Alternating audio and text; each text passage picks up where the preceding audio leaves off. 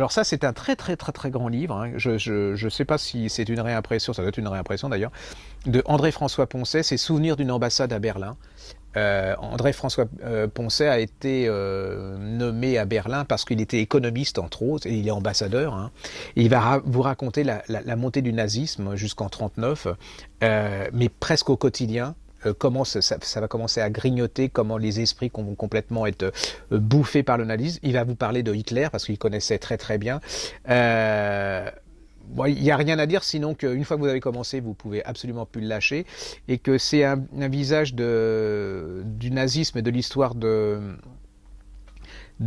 l'Allemagne un peu particulière, très très très bien écrit, hein, c'est très très bien écrit. Ça, à mon avis, bon, je suis un culte, hein, mais ça devrait devenir un classique si ça ne l'est pas déjà. Et juste par complément, alors ça c'est vraiment le complément de ça, mais c'est déjà un énorme succès de François Kersaudy et Yanis Kadari. Ça s'appelle Les derniers secrets du Troisième Reich, tout ce que vous ne savez pas, ce qu'on vous a caché, tout ce qui se cache derrière les grands personnages nazis.